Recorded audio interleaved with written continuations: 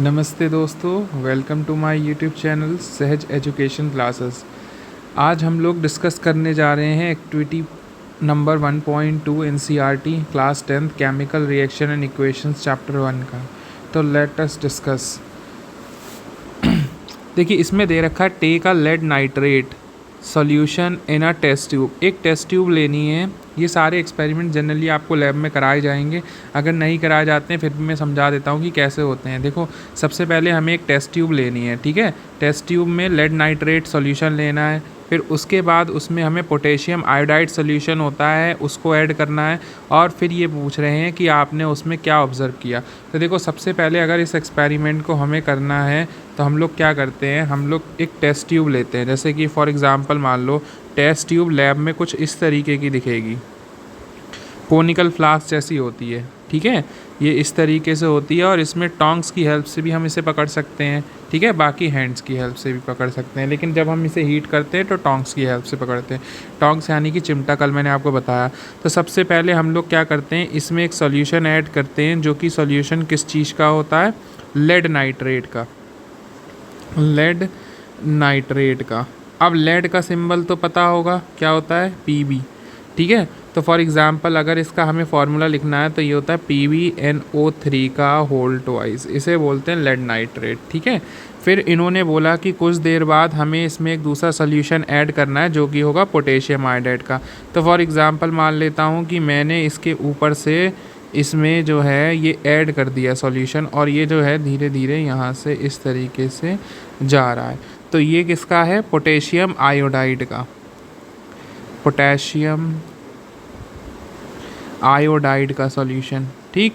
Potassium iodide का chemical formula क्या होता है, Ki, ठीक। अब जब ये इसमें जाएगा तो ये बोल रहे हैं कि क्या होगा। तो देखो, ये जो पोटेशियम आयोडाइड है लेड नाइट्रेट से क्या करेगा, रिएक्शन करेगा, ठीक है।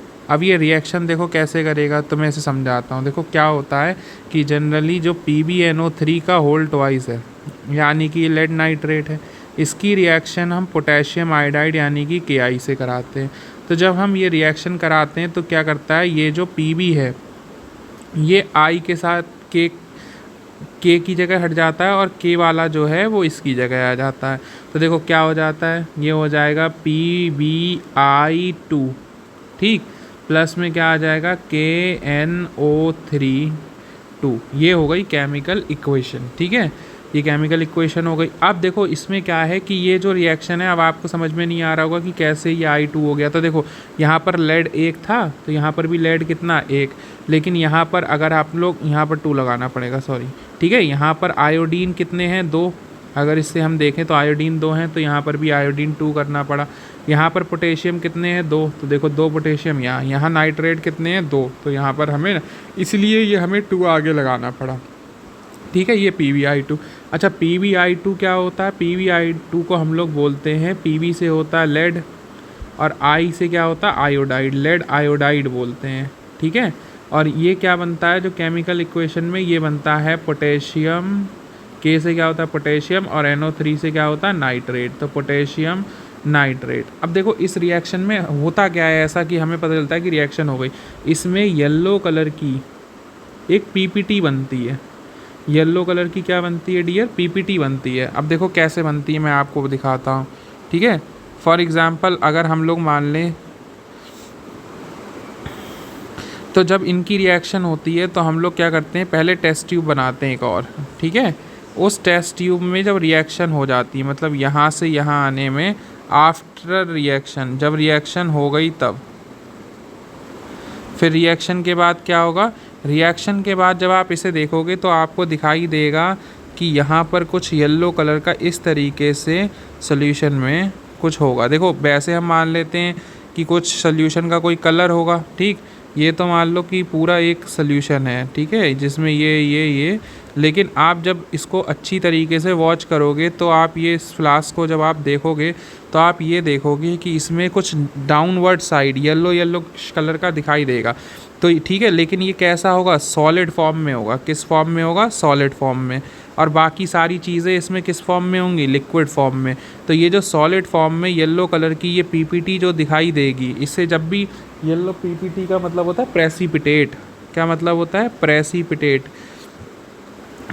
प्रेसिपिटेट, तो जो ये प्रेसिपिटेट होता है वो किस फॉर्म में होता है? सॉलिड फॉर्म में। तो ये जो है आपको डाउनवर्ड साइड में येलो येलो कलर का सॉलिड फॉर्म में कुछ दिखाई देगा। इसका मतलब इस रिएक्शन के थ्रू आपको क्या मिल रहा है प्रोडक्ट में? लेड आयोडाइड मिल रहा है, जो कि एक येलो कलर का प्रेसिपिटेट है। इसका मतलब आपकी जो रिएक्शन है वो कंप्लीट हो गई है। और प्रेसिपिटेट का साइन हम लोग ऐसे शो करते हैं, डाउनवर्ड डायरेक्शन दिखा के, ठीक। अब ये धीरे धीरे समझ लेंगे। फॉर एग्जांपल अभी आपको ये चीज़ समझ में आ गई होगी। तो जब भी आपसे ये पूछा जाए कि लेड नाइट्रेट की अगर रिएक्शन हम पोटेशियम आयोडाइड से करा रहे हैं तो हमें दो प्रोडक्ट्स मिलते हैं। क्या क्या दो प्रोडक्ट्स मिलते हैं डियर? सबसे पहले मिलता है PbI2 जिसे लेड आयोडाइड कहते हैं, जो कि एक प्रेसिपिटेट होता है किस कलर का डियर? येलो कलर का, ठीक है। येलो कलर की PPT मिलती है डाउनवर्ड साइड में बैठी हुई फ्लास्क में। दूसरा प्रोडक्ट डियर क्या मिलता है? दूसरा प्रोडक्ट मिलता है हमको पोटेशियम नाइट्रेट, जो कि लिक्विड फॉर्म में वहाँ अवेलेबल होता है, ठीक है। तो दूसरा मिलता है पोटेशियम नाइट्रेट। तो ये दो प्रोडक्ट्स मिलते हैं। अब मेरे हिसाब से आपको समझ में आ गया होगा। अब व्हाट डू यू ऑब्जर्व? तो आपने क्या ऑब्जर्व किया कि हमें एक येलो कलर की PPT मिलती है जो कि सॉलिड फॉर्म में होती है, जो फ्लास्क के नीचे कोने में बैठ जाती है, ठीक है। जिसका मतलब है कि आपका एक्सपेरिमेंट सक्सेसफुल हो गया। अब इतना आपको अगर समझ में आ गया हो तो थोड़ा सा हम लोग आगे चलते हैं एक्टिविटी नंबर 1.3 पे। ये कहता है take a fuse zinc granules. आप कुछ जिंक ग्रैन्यूल्स लीजिए इन अ कोनिकल फ्लास्क और अ टेस्ट ट्यूब। ये जो फ्लास्क दिख रही है इसको कोनिकल फ्लास्क बोलते हैं, और टेस्ट ट्यूब कुछ इस तरीके की होती है। जैसे मैंने अभी जो नीचे बनाई थी वो टेस्ट ट्यूब थी। टेस्ट ट्यूब आपकी इस तरीके की होती है, ठीक है, बिल्कुल स्ट्रेट फॉरवर्ड में डायरेक्शन में। कोनिकल फ्लास्क थोड़ी कोन शेप्ड में होती है। तो ये दोनों के बीच में डिफरेंस है। आप चाहे कुछ भी ले सकते हैं, ठीक है, चाहे कोनिकल फ्लास्क ले लीजिए चाहे test tube. Add dilute hydrochloric acid, उसमें पहले कुछ जिंक के ग्रैन्यूल्स का मतलब जिंक के कुछ टुकड़े डाल दीजिए। जैसे यहाँ पर आपको इसमें दिख रहा होगा कि जिंक ग्रैन्यूल्स, देखिए टुकड़े पड़े हुए हैं। ये जो टुकड़े हैं ये जिंक के हैं। और फिर इन्होंने बोला कि आप उसमें जो है डाइल्यूट हाइड्रोक्लोरिक एसिड डाल दीजिए, ठीक है, और सल्फ्यूरिक एसिड, या तो HCl डाल दो, मतलब हाइड्रोक्लोरिक एसिड डाल दो। यहाँ पर लिखा है कि इन्होंने डाइल्यूट सल्फ्यूरिक एसिड लिया है। या फिर आप इसकी जगह क्या ले सकते हो? इसकी जगह डाइल्यूट HCl यानी कि हाइड्रोक्लोरिक एसिड भी ले सकते हो, ठीक है, जो चाहो वो ले लो।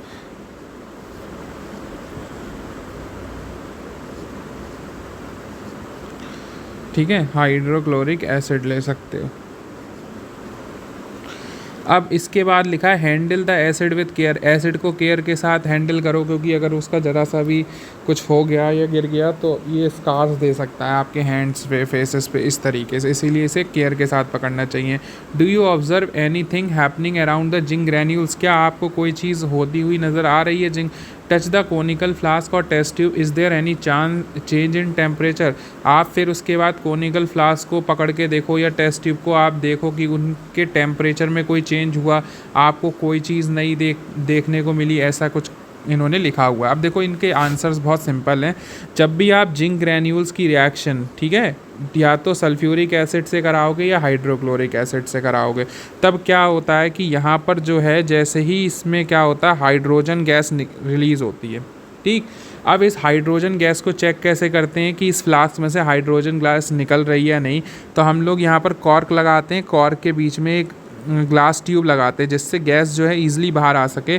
और इसके बाहर ना हम लोग क्या करते हैं, मैच स्टिक लाते हैं, और वो बर्निंग मैच स्टिक होती है। कैसी होती है? बर्निंग।